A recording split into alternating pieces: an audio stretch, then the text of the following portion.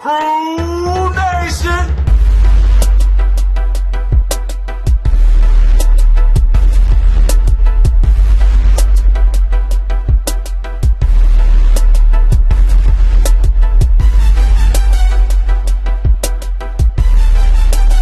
Hello, Crusader fans. Welcome to another edition of CruNation, coming to you from Gisano's Pizza in Joplin here at 7 Duquesne. I'm Brendan Gabarra, the offensive coordinator, filling in for normal host Austin Woodard. I'm joined by head coach, my good friend David Pitts. And here during the first section of the show today, we're going to do something a little different. We're actually going to recap last week's game against the Oklahoma City Elite and preview our upcoming game against the Oklahoma Desperados. So, Coach Pitts, coming into this game, you and I talked a lot about how we not only were worried about 2 weeks off, but we felt like the 2 weeks off was going to be a benefit so we could get healthy, give the guys some rest. We take so much time.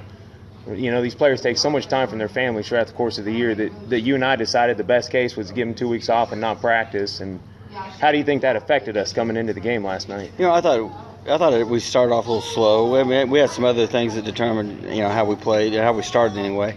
But I thought, once we got rolling, midway through the first quarter, we started playing our style of ball, and then obviously everything worked out. Yeah, it did. I mean, it worked out to the tune of a 18-15 win, which ironically is identical to the score from week one when we played them. My take on it offensively was, two things. Number one, we were missing our starting quarterback. We find out just a couple hours before game time that Skylar Dooley is going to be unavailable, and so we relied on Tevin Gibson, who I think stepped up and did a great job. But, yes, he did. Knowing that moving forward, if we would have got together to have that practice, we could have got Tevin a few more reps, and maybe we would have had, a little better timing. But, I still feel I stand by our decision, that we did the right thing, gave the guys some time off, and they seemed hungry, Right. and they seemed fresh. I think our legs looked better. We ran around well. We ran to the football and things like that. Yeah, most definitely. I felt that the speed of the game definitely increased because the two previous games that we played, I mean, they were blowouts, but we didn't have the intensity and we didn't have the. You can just tell. You can tell that we were just beat up. Yeah, we were beat up, and we come back last night and nobody's limping anymore, and everybody was healthy, and so. And as we kind of wrap up last night and look forward to the next game against the Desperados, one thing that stands out in my mind was. It was a really classy group of guys, too, after the game last night. They were very congratulatory towards us, and their coach even said that they aspire to be us in the future, and you and I have been doing this for a really long time. Yeah, we have. And to me, that's the best compliment anybody can pay us as an organization. And it starts at the top, with ownership and the way Sam's kind of taken over, and expanded on what Charlie had built and then what Keith Lyons had started back in the early 2000s, and for now new teams in the league to want to aspire to follow in our footsteps, that's got to make you feel great as the head coach. Yeah, it does. We've said it million times on here that we do preach family. Skylar Dooley, he had a family issue and he wasn't there. There's nobody upset. He goes and takes care of his family business, and that concept of next man up, and that shows. So when those kids are sitting on the bench and they know when their time comes, and we ask them to step in there, and we give them that opportunity, it shows in their play. We had several guys last night, and then, I think there's a couple teams in the league that's kind of followed us in that same. You watch Enid play. As much as I'm not a big Enid fan, but as much as I am, they are a mirror of us. Yeah. Wichita that was in our league, they do the same. They're a mirror of us, and I, like you said, what that was they said about us last night. That's just, that is every time we see that, that's a compliment. Yeah, I agree. And it's definitely been a pleasure, being a part of it when we were together before, and definitely a pleasure being a part of it, coming back since 2013. And I enjoy every minute you and I are together on the sidelines and coaching these guys. I enjoy the work ethic the guys have, and just the pride they play with, So as we look forward, we look forward to the Desperados. We're going to see some familiar faces next week. Yes, we are. And on one hand, it's going to be kind of fun. On the other hand, it's going to be kind of bittersweet at the same time. I agree. And we kind of know what to expect, and so we kind of know how to game plan. And so what's your take on going against the Desperados? Well, the foremost is Danny Knighton, which anybody that follows Crusaders knows Danny. and Danny's family. He's been one of us for a long, long time, and circumstances that he had to stay in Oklahoma and play this year. So yeah, it's gonna be bittersweet lined up against him, and he's played for us for 7-8 years. We know his game, we know how he does things, and it's gonna be a challenge. I think he's gonna be eager to play against us as much as we are against him. But they're a team that is a little more than just Danny. I said their wide receivers are very fast. I said they got 2 running backs that run the ball well. Their O-line's kind of like us, not real big but mobile. Mm-hmm. But the strength of their team is their defense.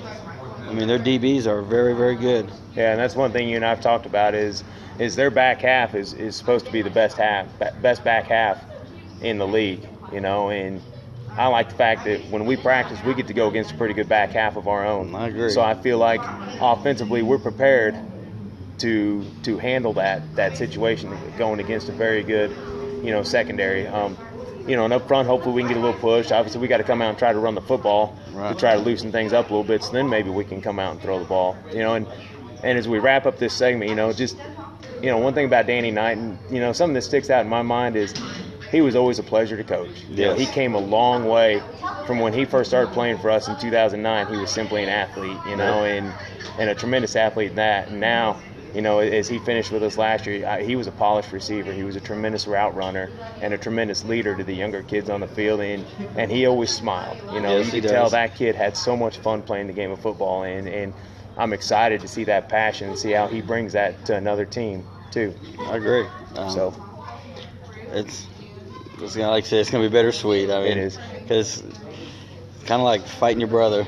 Yeah. You do it, but you regret it afterwards. And hopefully, we go up there and everybody comes out healthy, and Dan will be back with us next year. I like it. That sounds great. That's going to do it for the first segment here of Crew Nation here at Gisano's on 7th and Duquesne and Joplin. Come right back and we'll give a better recap of last week's 18-15 victory over the Oklahoma City Elite. Welcome back to this edition of Crew Nation, coming to you from Gisano's at 7th Duquesne here in Joplin. Still happy to be joining Coach Cabrera. Thanks for covering me the first block. Oh, my pleasure, Austin. Big shoes to fill. I tried to do the best I could. They are big shoes. They're size 15 if anybody want to know. Coach Pitts, good to see you again. Thank you very much. All right, well, let's get right into the highlights. Last week's first-round playoff game against the Oklahoma City Elite for your Joplin Crusaders. Coach, come out. You've had 2 weeks off, and we had some players that couldn't be there due to personal issues. And again, our prayers go out to the Dooley family. Skylar's grandmother suffering her condition, and he happened to be by her bedside during the game. And of course, we all understand that family first. Yes. Our backup is Tevin Gibson. It's just a change of pace, and so just coming off the bench and being thrown in there at the last minute, is easy during the game. But if you find out 2 hours before kickoff you're going to be the guy, you kind of, it's like, oh boy, here we go. Things changed a little bit, and Tevin stepped up, and like I said, he did a great job once we got our feet wet and got the game plan rolling. And definitely in the second half we brought a tight end in, and that gave us a little more edge and gave us the ability to run the football a little better in the second half. And last week the diversity was on display, and you talk about guys putting on their pants and getting ready to go, stepping up in big shoes. That was across the board for the Crusaders. Agreed. Last week. You got, but we can't go without mentioning Jacob Brassfield, the kicker man, as everybody calls him. Yeah. Stepped up huge. You got guys like Elijah Shea stepped up. He was making plays whenever he could. I'm trying to think of number 13's name. Nathan Randall. Nathan Randall. Stepping up and filling in some keyholes, making some plays. Just across the board, both sides of the ball. You got Scotty Rotzel and Devontae Scott stepping up big, and of course the familiar face of Jordan and Antoine and Tay and Walter, all right there. But it was with playoff football, do or die. You had that backs against the wall early, and then you get the early score. And for a young team like that, are you as coaches looking to see how they're going to respond in that situation, or do you just expect that out of them? I just expect it. Mm-hmm. Like I mentioned earlier in the last segment, we next man up, and we truly believe that. And we had some guys, like I said, we had some guys missing. We had guys to step in, and defensively we had a player get ended up getting hurt and couldn't play. we went next man up, and the kid come in, and he hadn't played much football for us this year. He's one of those young kids that's learning, I think he's 18, 19 years old. And we put him in that pressure situation, and he handled it like a champ. And the guys know that when we put him on the field, we believe in him. And we treat them like they've been there for years, and they've, so far, knock on wood, they've responded like that. You talk about that, 2 plays that stick out in my mind. One's a veteran and one's a young kid. We've got I think it's the third quarter there. We've got about 3rd and 10, and we run the reverse to Elijah. With the expectation that he's either going to take it to the house or he's at least going to pick up the first down. And he had a 12 or 15-yard run there and was just so excited. Lowered his pads for contact and did a great job on that play. And then a guy who, once again, you talk about putting someone else's shoes on. Ryan Langford had to come over and play on the offensive side of the ball since we were missing Brett McClain last night, and he gave us the ability to run the football there in the second half, but also a huge 3rd and 10 completion. We'd run the ball, and then we hit him with a little play action, a little hook route right in the middle of the field. Pitch and catch, we pick up 14 or 15 yards and a first down. Both those plays on separate drives led to, in my opinion, the man of the night, Kicker Man. Who was able to, when we got him in field position, he was able to get us points, and we knew against that athletic defense, points were going to be a premium last night, and he came through for us big time. And the reason why we're talking about Kicker Man is, let's just recap this. You have a kick of 44, a kick of 48, and then another one of 38 in clutch moments. This was playoff football at its finest. With the team like the Elite coming in, it was back and forth. Every little point counted, and that came into play. His 3 field goals and definitely were a huge contributing factor, especially when you had such a defensive battle going on both sides of the ball. Not only on the Crusaders, we got to give props to the Elite for the way they came out. They played well.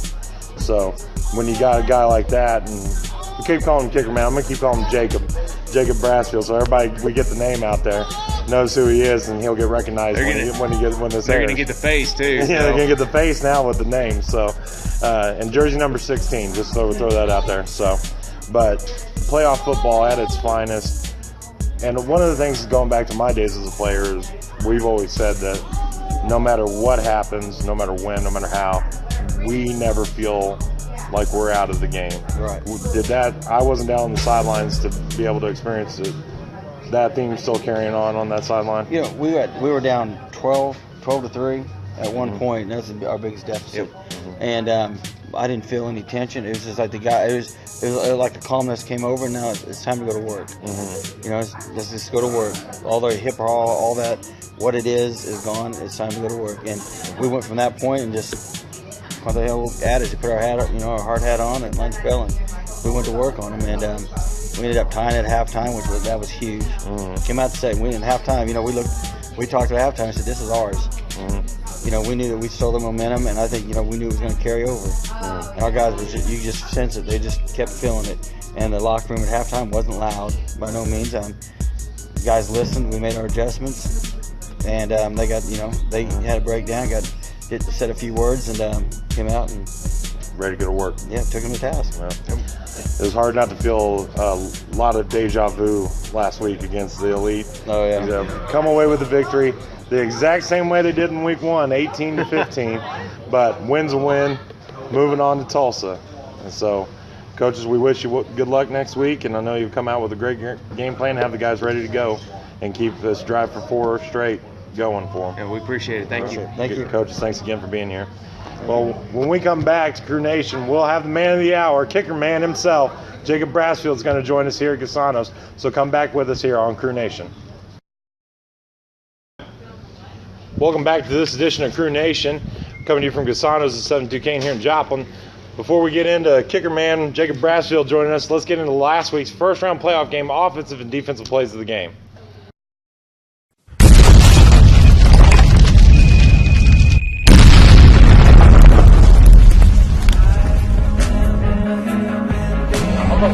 I'm calling somebody up.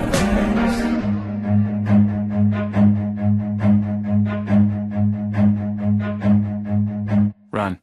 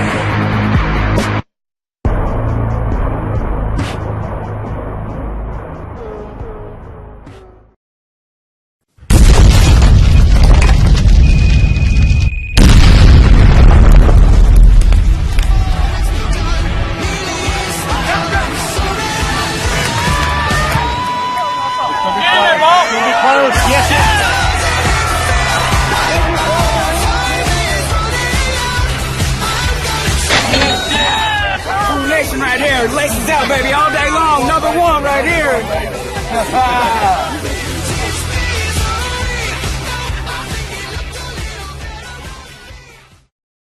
were last week's offensive and defensive plays of the week from the first-round playoff game for the Crusaders. Special teams coming up in a huge way. You got kicker man Jacob Brassfield with a 44-yard field goal, give the Crew the lead in the third quarter. And you got Elijah Shea on the kickoff coverage, pinning the Oklahoma City Elite deep in their territory in the battle for field position. That was a huge play. Yes, it was. Yes. But that was last week. We're going to get to know the man of the hour, the man with the power in his right leg, the kicker man himself, Jacob Brassfield. Jacob, welcome to the show. Thank you very much. Pleasure to be here. Well, pleasure having you, man. Thank you. Well, as like we always like to do when we get to know or do our player profiles here on CruNation, why don't you give us a little bit of your background, from high school and on up, and how you became part of the Joplin Crusaders. All right. I went to high school in Webb City. I moved away in 2009 and moved up to Nevada. I played football there. When I was at Webb City, we got a state championship when I was there my sophomore year. Did the kicking and punting, field goals for them. At Nevada, wasn't able to play varsity my junior year because of MISHA rules and whatnot, whatever they wanted to do. So senior year, they get a little stingy, don't they? Yeah, they weren't very happy with whatever they thought was going on. Yeah. So got to play senior year and actually didn't win a game senior year. So that was enjoyable, but got a lot of kicking in. So Yeah. a lot of punts. So I did that, played 1 year at Missouri Valley. I was just the kickoffs and field goals for them. Wasn't able to punt, but that's what I always wanted to do there. But it's all right, So after that, I just 1 year of school there. Ended up kind of, having too much fun, I guess. Went back and moved back home, and I've just been working ever since, and got a good job. So now I'm just kind of settling down a little bit, and getting settled in and going for the ride. Well, we see your girlfriend and her boy here. Yeah. Appreciate you bringing them to the show. I Love always love here. meeting the family. So Oh yeah, definitely. it's the family affair, as we always say with the Yep. Crusaders. Mhm. So That's what I see it as. I mean, the guys on the team, they're my brothers, and it's great to be with them. So now you talk about that, the brotherhood and everything. His first year being on the team. How easy was that? Just did that just come off right off the bat, or yes. it's not earned at all? I was very nervous at first. I feel like part of it is earned. You got to show like you deserve to be here. Like you deserve to be on a team that's going to do well. And so at first I was a little like, I don't know how this is going to go. Everybody accepted me very, very well, and open arms. It was very nice, and I couldn't ask for a better team to play with, that's for sure. I'm very pleased that Jordan Hiley actually is kind of the one that got things rolling for me to join the team. And as soon as we Nevada did boy that- himself makes sense. Yeah, exactly. Yeah, he's from up there, so that all worked out, and it's been pretty easy going since. Everybody's very accepting, so. All right. Well, kind of take us through your processes. I mean, you had some clutch moments last week in that playoff game. Big time kicks to either get us just to chew into their lead or give us the outright lead. Yeah. What's your process as you're lining up to make one of those kicks? First thing I do is I don't really pay attention to how far it is. That I realized when I was in college, that's one thing that will get to me whenever I'm out there. So I don't look at yardage. I run out there on the field and I look at the ball, 7 yards behind it, and I put my spot on the ground, take a deep breath, and I picture it going through. Right. And if that's what I got to do, then that's what I'm going to do. So ever since I realized that, that's just what I've taken on and what I've done. Just another kick to you. Yeah, right? exactly. You can't be, can't freak out about it because then it's going to let it get to you. You're not going to perform to the best of your potential. So clear your mind, do what you can, and just know it's going to go through and it's going to go. Yeah. Well, I know you can look back on the numbers now, and I got to correct myself from the previous segment. That was 4 huge field goals. I forgot the 36-yarder, but we got one for 48, one for 44, 38, and 36. Yep. I mean, the 48 one I just got to ask about because that's NFL level right there. Not a lot of semi-pro teams have a kicker that will line up from 48 yards and put it through. I mean, was there any sense of? Do you even look at the guys when you come out to do those, or just they just know that you got this? I think they realize like, hey, let him do his thing and he's going to get it. Long field goals, I just love kicking. It's been something ever since I started kicking. Like my dad used to get on to me, hey, warm up, 30 and under. Don't be going back and doing all this, crazy stuff. You don't need to do that. So getting out there and having the chance to do that, a team that allows me to do that is something that I think is fantastic. So those opportunities arise, I'm going to take them. Well, I can tell you what kind of a blessing it is because back in my day, we didn't always have that luxury. Yeah. I was a little hard on some of the kickers. That'd be blocking for, especially when I took one up the backside. Oh yeah, that'll happen. Yeah, I can understand that completely. You better be buying me dinner Yeah, if right, that yep, happens. exactly. Okay. Well, I got one more question I got to ask you, because it seems to me, and I think it's an underlying thing for those of us involved, you're a nice guy, nice enough to let Sam Sturgis be the punter every now and again. Yeah. Is there anything you can tell him to help him?